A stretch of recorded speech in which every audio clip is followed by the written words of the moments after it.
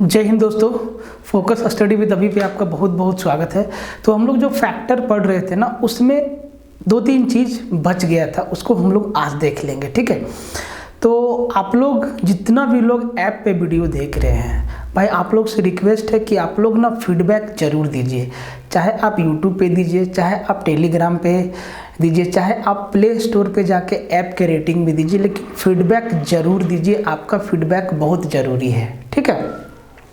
देखिए, तो क्या क्या चीज़ बच गया था। तो बच गया था कि किसी भी नंबर का सम ऑफ फैक्टर्स गुणनखंडों का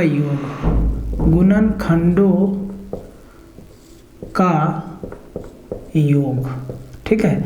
गुणनखंडों का योग निकालना। कोई भी कंपोजिट नंबर है, उसका जितना भी फैक्टर है, सबका जोड़ कैसे निकालेंगे। थोड़ा सा गेट लगा लेते हैं।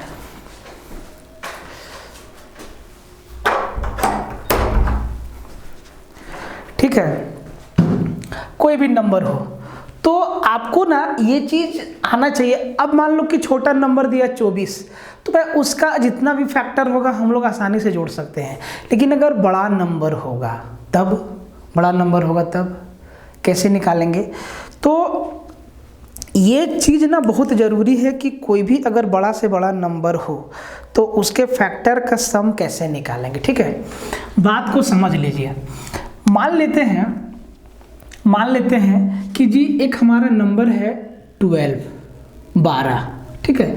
तो इसका फैक्टर कौन कौन सा होगा। 1 होगा, 2 होगा, 3 होगा, 4 होगा, 5 नहीं 6 होगा और फिर 12 होगा। तो ये इसके फैक्टर हो गए। अब इनके फैक्टर का सम निकालना है। तो आप कहेंगे सर आसान है, जोड़ देते हैं। 12 6 18, 18 और 4 22, 22 और 3 25, 25 और 2 27 और 1 28। सबको जोड़ने पे कितना 28 आया। 12 और 6 18, 12 और 6 18, 18 और 4 22, 22 और 3 25 और 2 27 और 1 28। तो भाई सबको जोड़ने पे हमको कितना मिला 28 मिला। तो 28 इसका फैक्टर्स का सम हो गया, डिविजर्स का सम हो गया। लेकिन जब बड़ा नंबर रहेगा तो क्या ऐसे जोड़ते रहेंगे, नहीं ना। जब कोई भी बड़ा नंबर होगा तो उसको कैसे करेंगे वो देखिए। सबसे पहले जो नंबर होगा ना, उसका प्राइम फैक्टराइजेशन करेंगे। जैसे ये नंबर है तो हम 12 को क्या लिखेंगे, 4 तिया 12, मतलब 2 का स्क्वायर इंटू 3 का पावर 1, यही होगा। ये हो गया इसका प्राइम फैक्टराइजेशन। अब करना क्या है, जब इसका फैक्टर का सम निकालना है तो आप देखिए क्या करेंगे। 2 का पावर 2 है, इसमें 1 जोड़ देंगे और टोटल में 1 घटा देंगे। इंटू 3 का पावर 1 है, 1 में 1 जोड़ देंगे, टोटल में 1 घटा देंगे। Upon 2 - 1 into 3 - 1। अब आप जरा ध्यान से देखिए, पावर में 1 जोड़ना है, और टोटल में 1 घटाना है। और ये 2 - 1 और 3 - 1 एज इट इज नीचे लिख देना है, ठीक है। 2 में 1 गया 1। अब देखो 2 का पावर 3 हो गया, 2 का पावर 3 मतलब 8, 8 में 1 गया तो 7, गुना 3 का पावर 2 मतलब 9, 9 में 1 गया तो 8, भागा 2 में 1 गया तो 1 और 3 में 1 गया तो 2। तो 2 से काटेंगे 4 बार में और 4 सत्ते 28। ये लो जी, आ गया आपका सम ऑफ फैक्टर। 28 यहाँ भी, 28 यहाँ भी। अब देखो जब बड़ा नंबर होगा मेरे भाई तो कैसे निकालेंगे, तो इसी चीज़ को फॉर्मूला में लिख देते हैं, ठीक है। तो जब भी कोई कंपोजिट नंबर हो n, सबसे पहले उसका प्राइम फैक्टराइजेशन करिए। तो मान लेते हैं उसका प्राइम फैक्टराइजेशन हम कर दिए, a का पावर p इंटू b का पावर q इंटू c का पावर r इंटू d का पावर s इंटू, इस तरीका से प्राइम फैक्टराइजेशन हो गया। अब सम ऑफ फैक्टर बराबर आपको क्या रखना कि a का पावर p प्लस 1 जोड़ देना है और टोटल में -1 करना है। पावर में 1 जोड़ना है और टोटल में 1 माइनस करना है। b का पावर q प्लस 1 टोटल में -1, c का पावर r प्लस 1 और टोटल में -1, ठीक है। इंटू d का पावर s प्लस 1 और टोटल में -1, और नीचे में एक a-1 into b-1 into c-1 into d-1, जितना भी उसका फैक्टर होगा ऐसे करके। क्या ये सेम चीज़ ये है ना? तो इस तरीक़ा से इसको लिखा जाता है। जब छोटा नंबर होगा तब तो बहुत आसान होगा, लेकिन जब बड़ा नंबर होगा तब फंसने लगेगा मामला। ठीक है, देखिए समझिए बात को। मान लेते हैं कि हम आपसे पूछ दिए सिंपल सा बात, वेरी वेरी सिंपल सा बात, कि भाई साहब आप ये बता दीजिए कि 24 का सम ऑफ फैक्टर कितना होगा, सम ऑफ फैक्टर कितना होगा। तो इसका भी हम फैक्टर को जोड़ सकते हैं, क्योंकि हम इसके फैक्टर को जानते हैं, आसानी से निकाल सकते हैं। लेकिन जब बड़ा नंबर पूछेगा तो मामला फंसने लगेगा। तो सबसे पहले 24 को प्राइम फैक्टराइजेशन कर दीजिए 24 का। तो आप कहेंगे 8 तिहाई 24 मतलब 2 का पावर 3 गुना 3 का पावर 1, ये हो गया। अब इसको इस फॉर्म में लिखिए, इस तरीका से लिखिए, इस फॉर्मेट में इसको लिखिए। तो सम ऑफ फैक्टर बराबर 2 है, तो 2 का पावर है 3, 3 में 1 जोड़ देंगे 4 -1 इंटू 3 है, 3 का पावर 1 है, 1 में 1 जोड़ देंगे 2 -1 अपॉन 2 -1 इंटू 3 -1। अब 2 का पावर 4, 2 का पावर 4 मतलब 16, 16 में 1 गया, यहाँ बचा 15 गुना 3 का पावर 2 मतलब 9, 9 में 1 गया बचा 8, 2 -1 1 इंटू यहाँ पे 2, 2 से 4 बार में 15 चौके 60। तो सम फैक्टर क्या आ गया टोटल 60 आ गया। ठीक है, मान लीजिए एक एग्जांपल और लेते हैं। मान लीजिए कि हमसे पूछ दिया कि भैया 270 का सम ऑफ फैक्टर आप बता दीजिए, 270 का। तो सबसे पहले इसको ना इस नंबर का, इस कंपोजिट नंबर का प्राइम फैक्टराइजेशन करेंगे। तो 270 को हम क्या लिख सकते हैं, 27 गुना 10। ठीक है, देखो जब बड़ा नंबर रहेगा ना भाई, तो ध्यान रखना, जब 4 डिजिट 5 डिजिट का नंबर दे देगा, बड़ा नंबर रहेगा, तो ना उसको अपना एलसीएम मेथड से तोड़ लेना। ठीक है, वहाँ आपको फैक्टर दिख जाएगा। जब ये इस टाइप का नंबर रहेगा तो कोशिश करना है कि हम लोग वर्बली तोड़ पाए।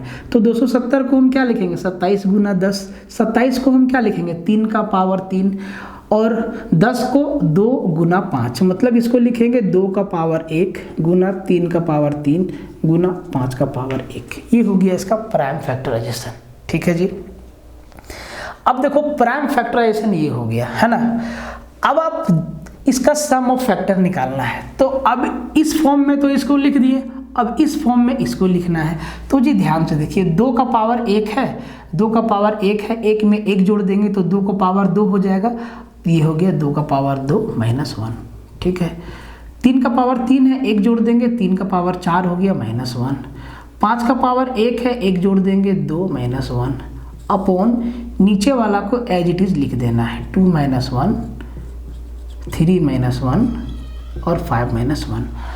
अब जी कुछ नहीं बचा, तो 2 का पावर 2 मतलब 4, 4 में 1 गया तो 3 इधर लिख दिए। 3 का पावर 4 81 में 1 गया तो 80 इधर लिख दिए।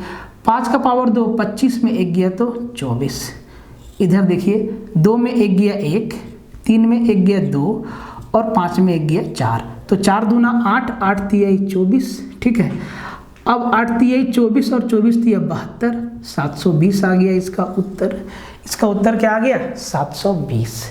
तो जब भी आपको सम ऑफ फैक्टर निकालना हो तो ये चीज़ आपको याद रखना है। याद रखने से पहले भी ना आपको समझना है कि फैक्टर में कुछ भी पूछे, या आपको टोटल नंबर ऑफ फैक्टर पूछे, या ओड नंबर ऑफ फैक्टर पूछे, या इवन नंबर, या प्राइम नंबर, या सम ऑफ फैक्टर, या प्रोडक्ट ऑफ फैक्टर, कुछ भी आपसे पूछे तो ज़रूरी होता है कि आप उस नंबर का, उस कंपोजिट नंबर का प्राइम फैक्टराइजेशन कर ले। ठीक है, अभाज्य गुणनखंडन कर लेना है उसका हमेशा। ठीक है, तो ये एकदम बहुत ही आसान चीज़ है। ठीक है, तो ये हो गया आपका sum of factor, sum of factor, factor का सम निकालना। ठीक है, फैक्टर का सम निकालना। अब हम लोग अगर हमसे प्रोडक्ट ऑफ फैक्टर पूछ लिया, प्रोडक्ट ऑफ फैक्टर पूछ लिया, तब कैसे निकालेंगे भैया प्रोडक्ट ऑफ फैक्टर। देखो भाई सब कुछ इसमें लिखा हुआ है पीडीएफ में। पीडीएफ कैसे मिलेगा, आपको सब कुछ बता दिया जाएगा। आप जैसे ही आप बैच ज्वाइन करने जाएंगे आप एक बार फ़ोन करके पूछ लेंगे कि सर इसके अंदर क्या क्या है, सब कुछ आपको बता दिया जाएगा। ठीक है, अब हमसे पूछेगा product of factor, product of factors, factors गुणनखंड, गुणनखंडों का गुणना कैसे लिखा था भाई, गुणनखंडों का गुणनफल, गुणनखंडों का गुणनफल। प्रोडक्ट, ये चीज़ क्या आपसे पूछा है, ये आप पहले इसको समझ लीजिए। मान लीजिए हम आपसे कहें कि 12 के फैक्टर का प्रोडक्ट बता दीजिए, 12 का प्रोडक्ट ऑफ फैक्टर्स बता दीजिए। तो आप सबसे पहले 12 का फैक्टर तो 1 से जाएगा, 2 से जाएगा, 3 से जाएगा, 4 से जाएगा, 6 से जाएगा और 12 से जाएगा। अब ये तो इसका फैक्टर हो गया। अब इसका प्रोडक्ट बता दीजिए, मतलब गुणनफल, मतलब 1 गुना 2 गुना 3 गुना 4 गुना 6 गुना 12, ये हमसे पूछा जाता है। ये चीज़ हमसे, ये हुआ आपका प्रोडक्ट ऑफ फैक्टर्स, उनका गुणनफल। तो ये कैसे निकालेंगे, देखिए इसको कैसे निकालेंगे। तो सबसे पहले नंबर का प्राइम फैक्टराइजेशन, 4 तिहाई 12, 2 का पावर 2 गुना 3 का पावर 1। अब प्राइम फैक्टराइजेशन करने के बाद टोटल नंबर ऑफ फैक्टर निकाल लीजिए। तो टोटल नंबर ऑफ फैक्टर, कुल गुणनखंडों की संख्या कैसे निकालते हैं, पावर में 1 जोड़ के मल्टीप्लाई कर देते हैं। तो भैया 2 का पावर 1 3 और 1 का पावर 1 और 1 2, मतलब टोटल 6 फैक्टर है 12 का, 1 2 3 4 5 6 फैक्टर है। अब टोटल नंबर ऑफ फैक्टर का आधा कर दीजिए। तो 6 का आधा कितना जी, 3 आया। और 3 आया ना, इसको 12 के घात में लगा दीजिए, 12 का घात में। इसको सोल्व करने के बाद जो उत्तर आएगा, या इसी फॉर्म में भी आंसर रह सकता है, यही होगा टोटल नंबर ऑफ फैक्टर। समझे, टोटल नंबर ऑफ फैक्टर करना क्या है, सबसे पहले प्राइम फैक्टराइजेशन करिए, फिर टोटल नंबर ऑफ फैक्टर निकालिए, फिर टोटल नंबर ऑफ फैक्टर का आधा कीजिए और उस आधे को उस नंबर के पावर पर लगा दीजिए, वही होगी आपका टोटल नंबर ऑफ फैक्टर। ठीक है, तो total number product of factor हो गया। तो प्रोडक्ट ऑफ फैक्टर बराबर n हमारा नंबर है और इस नंबर का टोटल नंबर ऑफ फैक्टर मान लो कि p है और इसको 2 से भाग दे देना है। यही हमारा हो गया प्रोडक्ट ऑफ फैक्टर। तो यहाँ पे p क्या है, p बराबर है टोटल नंबर ऑफ फैक्टर्स, कुल गुणनखंडों की संख्या बताता है p और उसका आधा कर देना है। मान लीजिए फॉर एग्जांपल हम आपसे पूछ दिए कि भैया 24 का प्रोडक्ट ऑफ फैक्टर बता दीजिए, 24 के गुणनखंडों का गुणनफल क्या होगा। तो आप करेंगे क्या, सबसे पहले इस नंबर का प्राइम फैक्टराइजेशन कर दीजिए। तो 24 को क्या लिखेंगे, 8 तिहाई 24, मतलब 2 का पावर 3 गुना 3 का पावर 1। ठीक है, अब आप जरा ध्यान दीजिए, ठीक है, अब आप जरा ध्यान दीजिए। प्राइम फैक्टराइजेशन करने के बाद टोटल नंबर ऑफ फैक्टर निकाल लेंगे। तो टोटल नंबर ऑफ फैक्टर क्या हो जाएगा, 2 का पावर 3 है, 3 में 1 जोड़ देंगे 4, 3 का पावर 1 है, 1 में 1 जोड़ देंगे 2, बराबर कितना हो गया 8। और इस 8 का कर देंगे आधा, तो कितना हो जाएगा 4। मतलब 24 का टोटल नंबर ऑफ फैक्टर 24 का प्रोडक्ट ऑफ फैक्टर हो जाएगा 24 का पावर 4। इसको सोल्व करने के बाद जो आएगा वही होगा, या ऑप्शन में ऐसे भी रहता है 24 का पावर 4, घात में भी ऑप्शन देता है। अगर सॉल्व करना हो तो आप कर सकते हैं 24 का पावर 4। ठीक है, 576 गुना 576। ठीक है, तो ये हो गया आपका प्रोडक्ट ऑफ फैक्टर निकालने का तरीका। तो भाई सम ऑफ फैक्टर हो गया, प्रोडक्ट ऑफ फैक्टर हो गया। ठीक है, अब आपको बताते हैं एक और इम्पोर्टेंट चीज़ कि किसी भी कंपोजिट नंबर को दो गुणनखंड में कितने तरीका से व्यक्त कर सकते हैं। किसी भी कंपोजिट नंबर को दो गुणनखंड में कितने तरीकों से व्यक्त किया जाता है। एग्जाम्पल के लिए बोले सर 24। तो 24 को हम क्या लिख सकते हैं, 1 गुना 24, 2 गुना 12। देखिए इनको हम दो गुणनखंड में व्यक्त कर रहे हैं। 1 गुना 24 भी 24, 2 गुना 12 भी 24, 3 गुना 8 भी 24, 4 गुना 6 भी 24, यही ना हो गया। तो 24 को हम 4 तरीका से व्यक्त कर सकते हैं, दो गुणनखंड में 4 तरीका से एक्सप्रेस कर सकते हैं, व्यक्त कर सकते हैं। तो ये चीज़ पूछता है कि इस कंपोजिट नंबर को दो गुणनखंड में कितना तरीका से एक्सप्रेस कर सकते हैं। तो 24 को 4 तरीका से। तो 24 तो छोटा नंबर है, ये तो आसान था। बड़ा नंबर पूछेगा तो आपको करना क्या है, कि भाई आपको करना क्या है, तो आपको करना क्या है कि इसका ना टोटल नंबर ऑफ फैक्टर निकाल देना है। ठीक है। तो टोटल नंबर ऑफ फैक्टर कैसे निकलेगा, इसका प्राइम फैक्टराइजेशन करना होगा। ठीक है। तो 24 को हम क्या लिखेंगे, 2 का पावर 3 गुना 3 का पावर 1, और टोटल नंबर ऑफ फैक्टर क्या हो जाएगा, 3 और 1 4 गुना 2 बराबर 8। तो 8 हो गया मेरा टोटल नंबर ऑफ फैक्टर, और इस टोटल नंबर ऑफ फैक्टर का आधा कर देना है। तो ये क्या निकल गया जी, 4। मतलब 24 को 4 तरीका से व्यक्त कर सकते हैं, जिसमें 2 गुणनखंड होगा। 24 को 1 गुना 24, 2 गुना 12, 3 गुना 8 और 4 गुना 6, 4 तरीका से व्यक्त कर सकते हैं। तो छोटा नंबर होगा तो आप ऐसे भी करके देख सकते हैं, बड़ा नंबर होगा तो। अब देखिए जरा ध्यान से, 36, इसमें आपको 2 चीज पता चलेगा। 24 हमारा परफेक्ट स्क्वायर नंबर है, नहीं है, लेकिन 36 हमारा परफेक्ट स्क्वायर नंबर है, 36 हमारा परफेक्ट स्क्वायर नंबर है। तो 36 को हम क्या लिख सकते हैं, 1 गुना 6, 36, 2 गुना 18, 3 गुना 12, 4 गुना 6 और 6 गुना 6। ठीक है।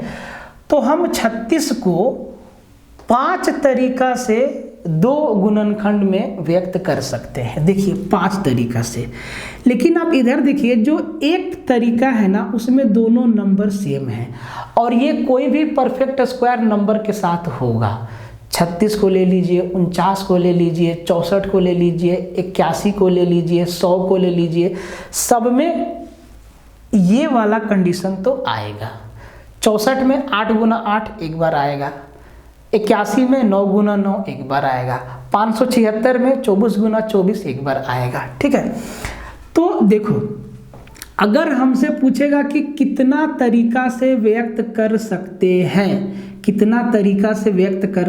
हैं, जब ये दिया गया नंबर परफेक्ट स्क्वायर होगा तब कितना तरीका से व्यक्त कर सकते हैं। तो भाई यहाँ देखो, तब आपको करना क्या है, कितना तरीका से व्यक्त कर सकते हैं, आपको करना क्या है कि आपको ना इसका ना प्राइम फैक्टराइजेशन करना है हर हाल में। तो 9 चौके 36, तो 2 का पावर 2 गुना 3 का पावर 2, हमेशा टोटल नंबर ऑफ फैक्टर आपको निकालना पड़ेगा। तो ये हो जाएगा टोटल नंबर ऑफ फैक्टर बराबर कितना, 2 और 1 3 गुना 3 बराबर 9। टोटल नंबर ऑफ फैक्टर कितना हो गया, 9 हो गया। जब ध्यान दीजिएगा, जब हमारा कंपोजिट नंबर हो और वो परफेक्ट स्क्वायर ना हो, तब उसको कितना तरीका से व्यक्त कर सकते हैं। तो उसके लिए सीधा क्या है, टोटल नंबर ऑफ फैक्टर निकाल के उसका आधा कर देंगे। लेकिन जब परफेक्ट स्क्वायर नंबर हो और उसका पूछे कि भाई टोटल नंबर ऑफ फैक्टर कितना होगा, तब जो टोटल नंबर ऑफ फैक्टर आएगा उसमें 1 जोड़ दीजिएगा और उसको 2 से भाग लगा दीजिएगा। कितना उत्तर आया, 5। 36 को 5 तरीका से व्यक्त कर सकते हैं 2 संख्याओं के गुणनखंड में, 1 2 3 4 5। तो एक चीज तो ये पूछता है, दूसरा चीज पूछेगा कि दूसरा चीज क्या पूछता है, दूसरा चीज पूछता है कि सुन लीजिए, in how many ways can be express as a product of two distinct factor, two distinct factor. देखो, अगर हमसे पूछेगा कि 36 को हम टू डिस्टिंक्ट फैक्टर में अलग अलग दो संख्याओं के गुणनखंड में कितना तरीका से एक्सप्रेस कर सकते हैं, तो ये जो 6 गुना 6 है ना, यहाँ पे एक ही नंबर 2 बार गुना है, यहाँ एक ही नंबर 2 बार गुना है।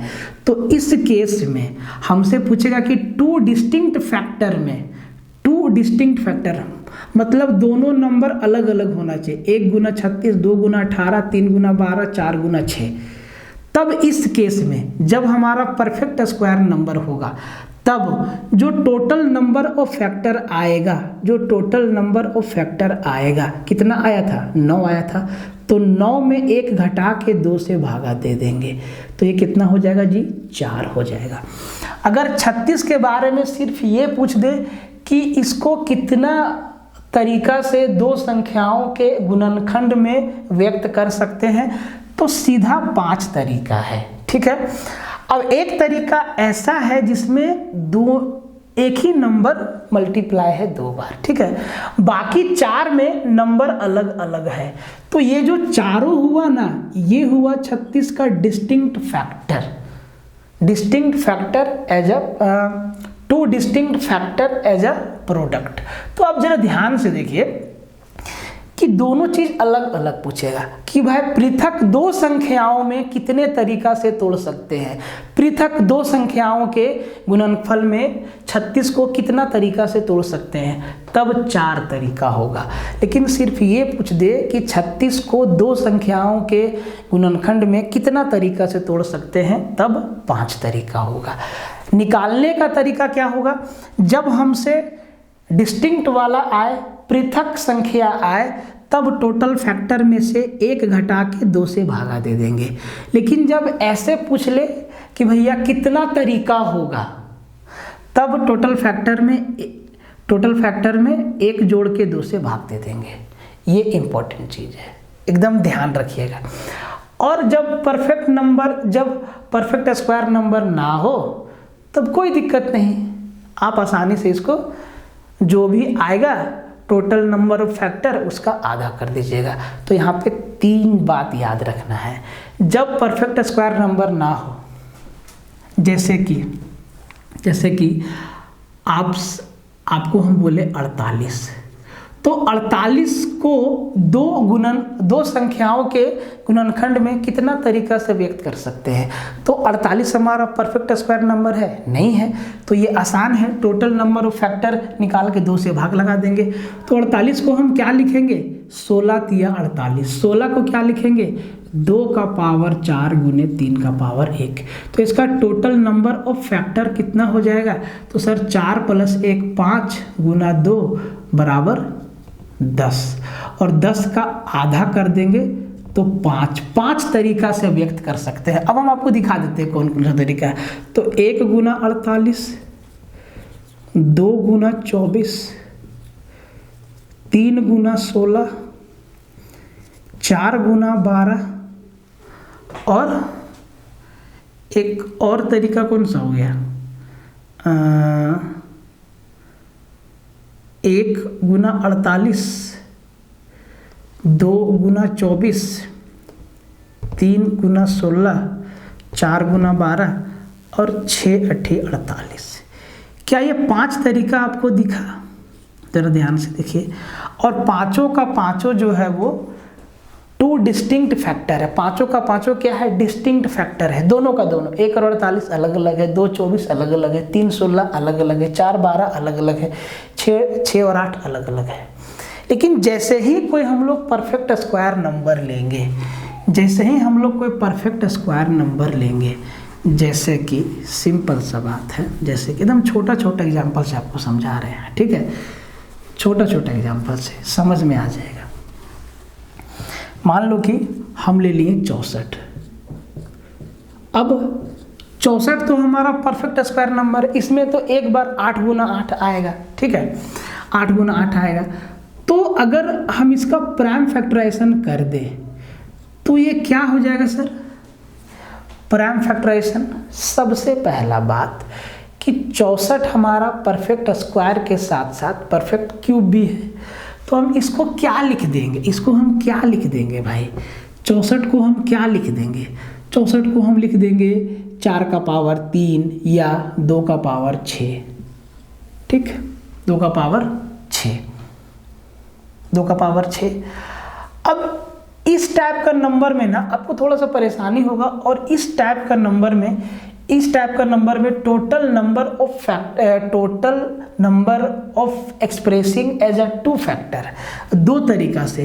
तो इसको हम क्या लिख सकते हैं, देखो तो 1 गुना 64, 2 गुना 32, 3 गुना 3 में नहीं 4 में 8 में। अच्छा 64 को तो हम 2 ही के बेस में तोड़ना होगा हमेशा, 64 को 2 ही के बेस में हमेशा तोड़ना होगा, ठीक है। इसके ऊपर बाद में विचार करेंगे, कुछ स्पेशल है क्या। मान लेते हैं भाई 576 लेते हैं जिसमें दूसरा भी नंबर हो। अब देखो 576, तो आपको मालूम है कि 576 क्या है, 24 गुना 24, 24 गुना 24 है, और 24 गुना 24 मतलब उसमें 8 और 3, 2 और 3 भी आ गया, ठीक है। तो सबसे पहले 576 का प्राइम फैक्टराइजेशन करना पड़ेगा। अब देखो हम आपको बार बार कहते हैं कि जब बड़ा नंबर आ जाए तब आप क्या करेंगे, बड़ा नंबर आ जाए तब आप क्या करेंगे। तो देखो सिंपल सा बात है, या तो आप एलसीएम मेथड लगा लो या इसको ऐसे तोड़ दो, 24 को 24 गुना 24, ठीक है। 24 को हम क्या लिख सकते हैं, 8 गुना 3 गुना 8 गुना 3। 8 को हम क्या लिख सकते हैं, 2 का पावर 3 गुना 3 गुना 2 का पावर 3 गुना 3। एकदम तोड़ दे रहे, सब कुछ आपको समझ में आ जाएगा। अब 2 का पावर 3, 2 का पावर 3, 2 का पावर 6 प्लस 3 का पावर 1, 3 का पावर 1 सॉरी इंटू 3 का पावर 2। क्या 576 का प्राइम फैक्टराइजेशन हो गया? जी बिल्कुल हो गया। अब जरा ध्यान से देखिए कि इसका अगर हमसे पूछेगा कि इसको ना 2 संख्याओं के गुणनखंड में कितना तरीका से एक्सप्रेस कर सकते हैं, तो सबसे पहले इसका टोटल नंबर ऑफ फैक्टर निकालेंगे, टोटल नंबर ऑफ फैक्टर निकालेंगे, ठीक है। टोटल नंबर ऑफ फैक्टर, तो टोटल नंबर ऑफ फैक्टर क्या होगा, 2 का पावर 6, 6 और 1 7 गुना 3 का पावर 2, 2 और 1 3। टोटल नंबर ऑफ फैक्टर हमारा हो जाएगा 21। टोटल नंबर ऑफ फैक्टर हमारा हो जाएगा 21, ठीक है। सवाल सही है, ठीक है। टोटल नंबर ऑफ फैक्टर हमारा हो जाएगा 21। अब यहाँ से 2 चीज़ पूछेगा। 576 हमारा परफेक्ट स्क्वायर नंबर है, तो 2 बातें यहाँ से पूछी जाएंगी। पहला बात पूछा जाएगा कि इसको 2 संख्याओं के गुणनखंड में कितना तरीका से एक्सप्रेस कर सकते हैं। तो वो तरीका निकालने के लिए आपको करना क्या है, number of ways of expressing, वो तरीका निकालने के लिए आपको करना क्या है, जो टोटल नंबर ऑफ फैक्टर आया उसमें 1 जोड़ देंगे, 21 और 1 22, और 22 को 2 से भागा दे देंगे। 11 तरीका से व्यक्त कर सकते हैं। अब वो 11 तरीका भी हम लिखे हैं, ठीक है। अच्छा क्वेश्चन में आपको बताएंगे, एकदम डिटेल में सब कुछ लिखा हुआ है। अब अगर हमसे ये पूछ दे मेरे भाई, ऐसे अगर हमसे ये पूछ दे कि ये तो हो गया कि 576 को 2 तरीका से, 2 संख्याओं के गुणनखंड में कितना तरीका से व्यक्त कर सकते हैं, तो वो तो तरीका मेरा 11 हो गया, ठीक है। वो तो हमारा 11 हो गया। अब देखो इसमें ना जब हम 576 को हम 2 संख्याओं के फैक्टर में ऐसे ऐसे तोड़ रहे होंगे, तो आगे चल के एक बार हम लिखे होंगे 24 गुना 24। तो जैसे ही 24 गुना